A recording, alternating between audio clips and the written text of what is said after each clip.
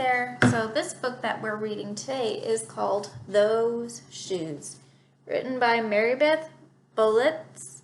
I hope I'm pronouncing that last name correctly. Illustrated by Noah Z. Jones.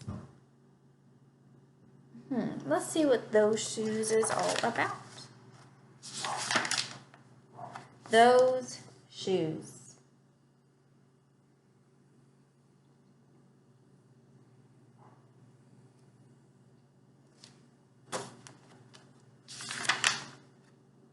I have dreams about those shoes. Black high tops, 2 white stripes.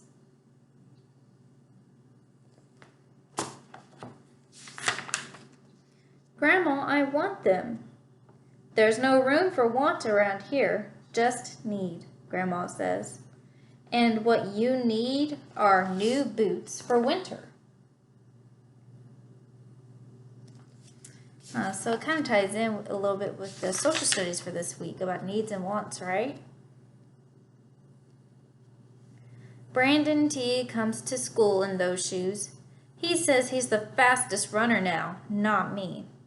I was always the fastest runner before those shoes came along.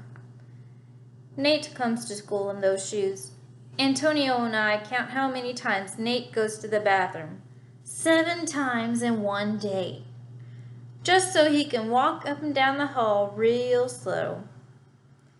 Next, Alan, Jacoby, and Terrence each get a pair.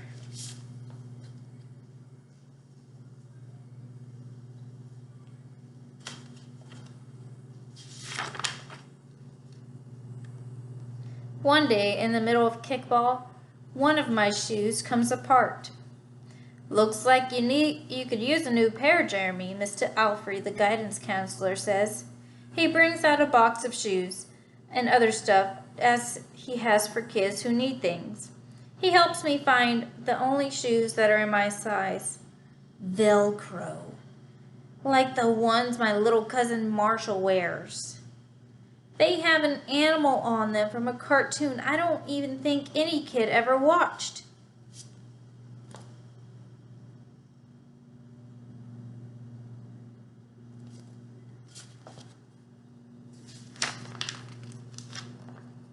When I come back to the classroom, Alan Jacoby takes one look at Mr. Alfred's shoes and laughs. And so do Terrence, Brandon T, and everyone else. The only kid not laughing is Antonio Parker. At home, Grandma says, "How kind of Mr. Alfred." I nod and turn my back. I'm not going to cry about any dumb shoes. But when I'm writing my spelling words later, every word looks like the word shoes. And my grip is so tight on my pencil, I think it might bust.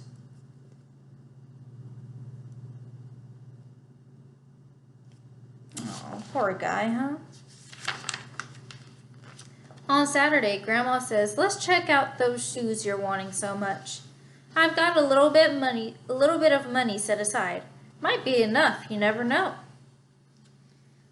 At the shoe store, Grandma turns the shoes over so she could check the price. When she sees it, she sits down heavy. "Maybe they wrote it wrong," I say. Grandma shakes her head.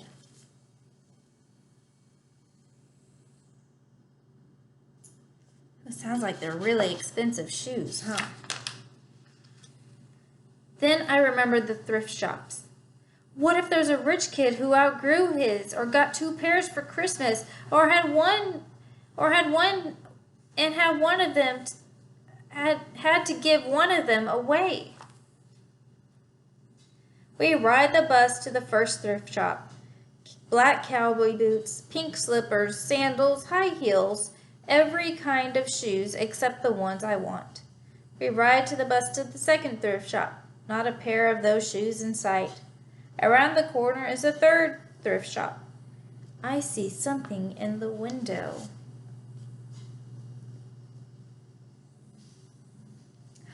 Do you think maybe he found his shoes? Black shoes with 2 white stripes. High tops. perfect shape. $2.50.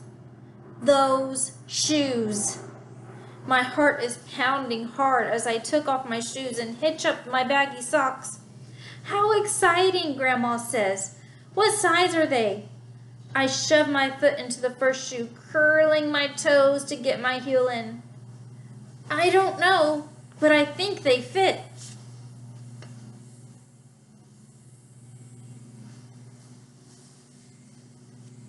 Uh-oh, do you think his shoes fit him?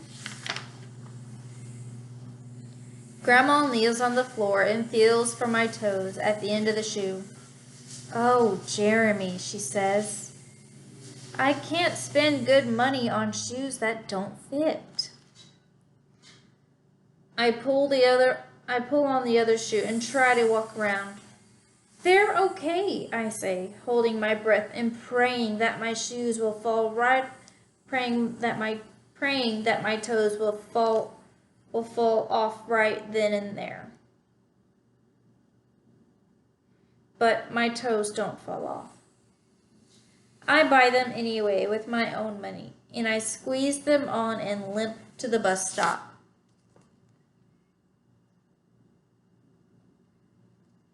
So his shoes don't quite fit him, but he still bought them, huh?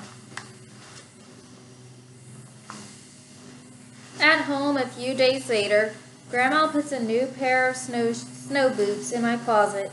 It doesn't say a word about my two big feet shuffling around in my two small shoes. Sometimes shoes stretch, I say. Grandma gives me a hug.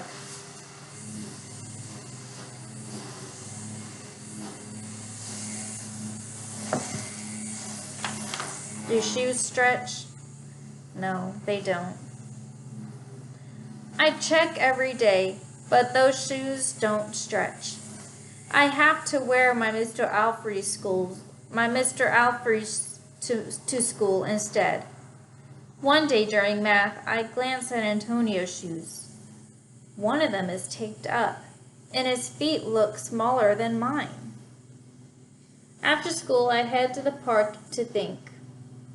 Antonio is there, the only kid who didn't laugh at my Mr. Alfrey's shoes.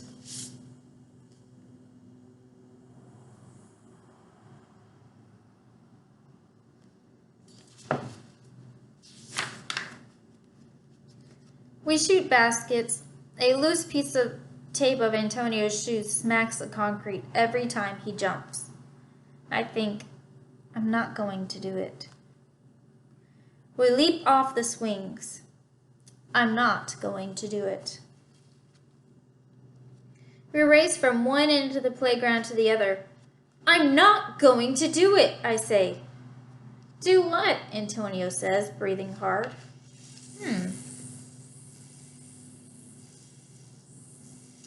What do you think he's thinking about, guys? Why does he keep telling himself I'm not going to do it? Grandma calls me for supper and invites Antonio over too. After supper, he spies my shoes. How come you don't wear them? Antonio asks. I shrug. My hands are sweaty. I can feel him wishing those shoes were his. That night, I am awake for a long time thinking about Antonio. When morning comes, I try on my shoes one last time.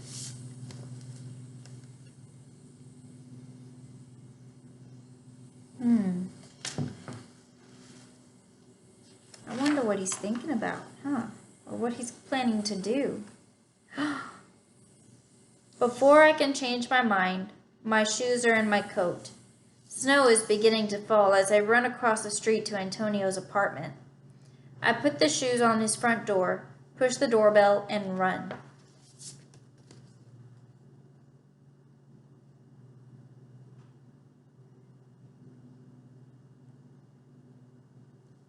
So look what he did, guys. He gave Antonio his shoes. At school, Antonio was smiling big in his brand new shoes. I feel happy when I look at his face and mad when I look at my Mr. Alfrey shoes. But later, when it's time for recess, something happens. Everywhere there is snow. Leave your shoes in the hall and change into your boots, the teacher announces. Leave your shoes in the hall. It's then I remember that what I have in my backpack. New boots. New black boots that no kid has ever worn before. Standing in line to go to recess, Antonio leans forward and says, "Thanks." I smile and give him a nudge.